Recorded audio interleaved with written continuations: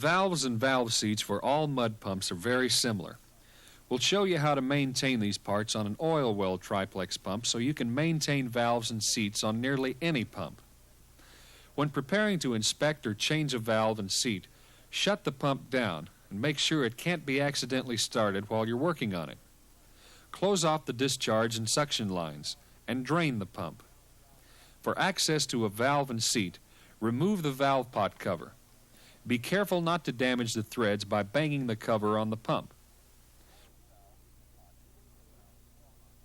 Pull the valve from the pot using a bent welding rod or a wire loop hooked through the hole in the valve stem.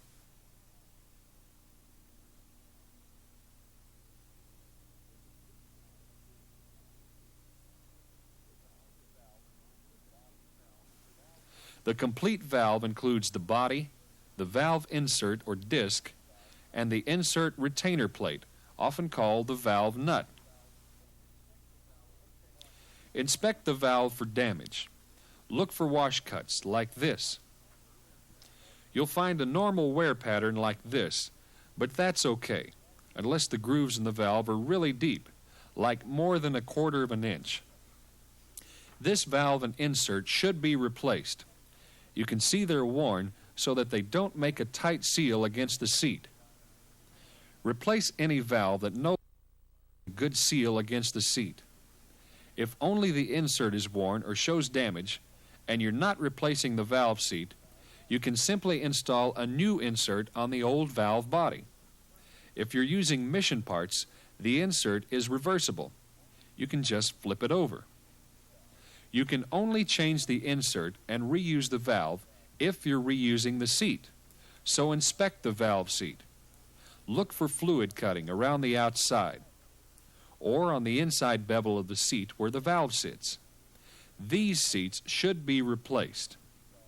If you replace a seat, you shouldn't reinstall the old valve. If you replace a seat, replace the valve. If you do have to replace a valve, then replace the seat too.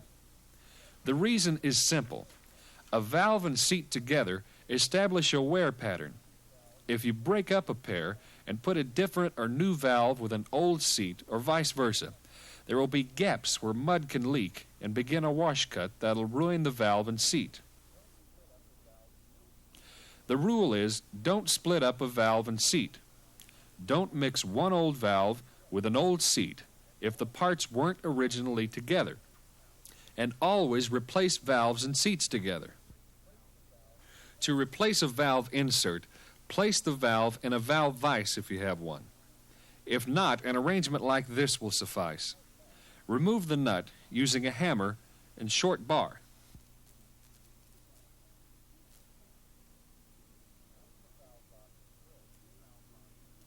Clean the valve body and threads. Clean the threads on the valve nut and spray the threads and insert with silicone lubricant. Tighten the nut on the valve until it hits the valve body. Make a mark on the stem and nut. Now reinstall the nut with insert in place and tighten the nut until its mark is 1/4 inch past the mark on the stem. Use a file or an emery cloth to smooth any nicks or burrs that you may have made on the valve stem with the vise. Pulling a valve seat from the valve pot requires a special tool called a valve seat puller. There are 2 types. One is a wedge type puller. Hammering on the wedge pulls the seat out of its bore. The hydraulic puller is probably more common. It uses a hand pump and hollow spindle hydraulic jack. Fill both with hydraulic fluid and bleed off any air. The puller head fits into the seat and hooks on its cross arms. Be sure you use the right puller head and make sure you hook it on the cross arms completely. A puller bolt is screwed into the puller head, and a piece of pipe called a stop fits over the stem. This will keep the puller from jumping out of the pot when the seat breaks loose. A spacer is screwed into the pot. Place the jack on top and connect it to the hand pump. If your puller isn't equipped with a spacer and stop, you need a safety chain to restrain the puller. Otherwise, a puller can bounce off the pot with enough force to kill a man. There's a fluid return valve on the hand pump which, when opened, will allow the jack to compress. Tighten the nut down on the compressed jack and start pumping. There's no substitute for a seat puller.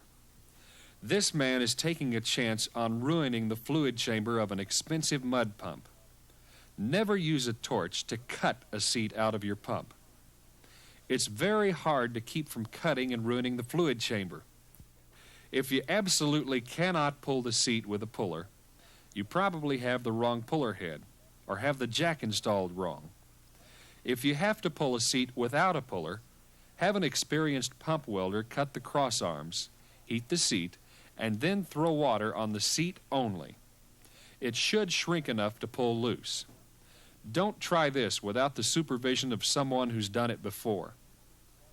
As soon as you've pulled the seat, immediately wash the pump bore to remove mud before it has a chance to harden. This is especially important at the taper where the seat fits. Check the bore in the valve pot where the seat fits. Nicks and burrs should be repaired. Large fluid cuts and cracks aren't field repairable. Have your engineer or tool pusher look at these. A cut or crack in the pump bore allows mud to get in between the pump wall and the seat, where it'll start cutting into the seat and pump.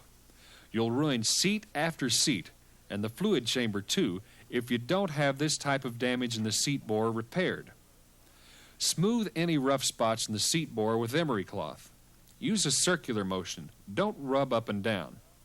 The circular motion helps keep the bore round and symmetrical. Now that's a good idea. Use a piece of welding rod or stiff wire to clean out the telltale holes in the pots. Clean the deck and bore with solvent and dry it thoroughly with dry compressed air. If there's any mud left in the manifold, use rags to dam up the ports and prevent mud from draining into your clean valve pot. It's important that the valve and seat be absolutely clean. Any dirt will interfere with the seal, allowing mud to get between the seat and pump. That's right, causing a wash cut. Pay attention to the parts you're installing. Make sure you have the right parts for your pump. Don't make substitutions and don't mix brands. Oil well seats have 3 cross arms, and mission seats have 4. Oil well inserts are not reversible. If you mix brands in the same pot, your clearances won't be correct. You'll end up having a mud leak, which will ruin the valve and seat, or the valve won't open far enough to get the pump up to pressure. Make sure the seat has a bushing in it to keep the valve stem in line. Clean the seat you're about to install with solvent, even if it's a new one.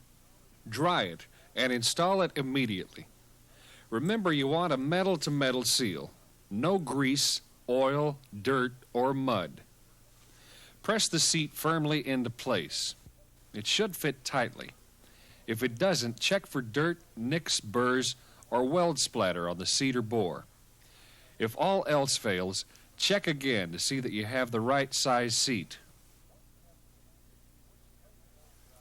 Once you have a good fit, place an old valve on the seat and drive the seat in with a large pipe and a sledgehammer.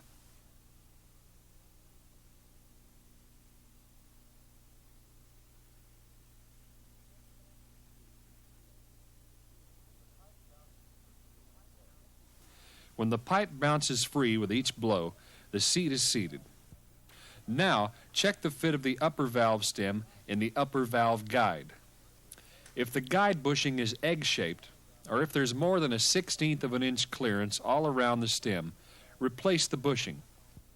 You're ready to install the valve now. Remember that seats and valves are in pairs.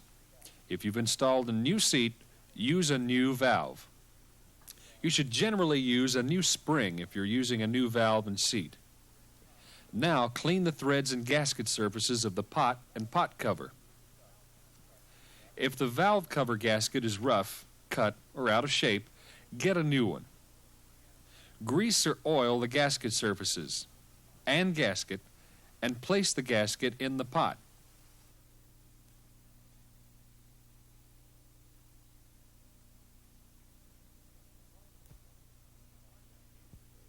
Apply some anti-seize compound to the threads and install the cover. Make sure the spring seats properly around the valve guide.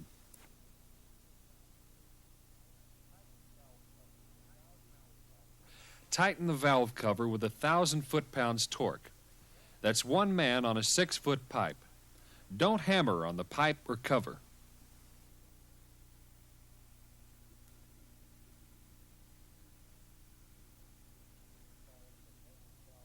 These procedures should be followed for every valve pot on the pump. See if you can remember them. Of course, you should turn the pump off and close the valves on the suction and discharge lines from the pump. Drain the pump. Unscrew the valve cover.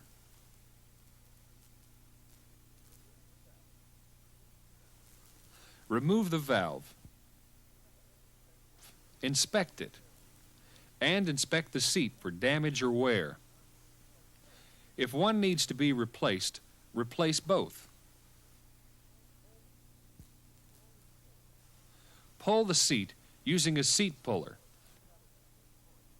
Don't use a torch to cut it out.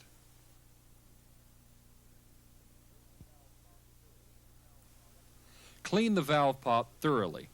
Check it for damage. Repair any nicks or burrs in the seat area of the pot and on the seat and valve. Clean the valve and seat.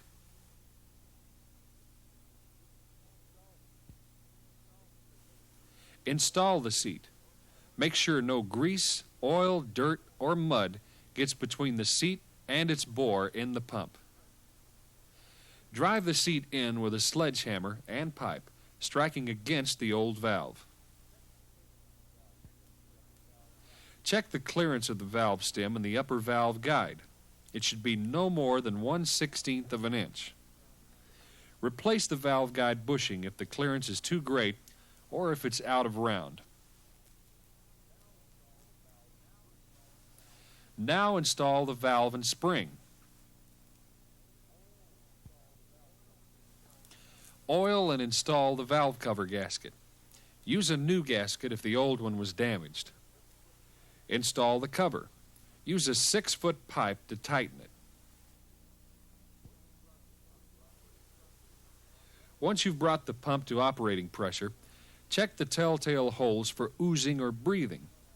If you hear breathing or see oozing of mud out the holes, this indicates the cover's not making a good seal. Check it for tightness and make sure the gasket is in place. During day-to-day operation, continually listen at the telltale holes for breathing, oozing, or the clank of a broken valve or seat. Follow these guidelines and you should have little, if any, trouble with the valves in your pump. You should be able to get 1,000 hours of service from a valve and seat. We're depending on you to do it right, so you and your entire drilling operation can depend on your pump.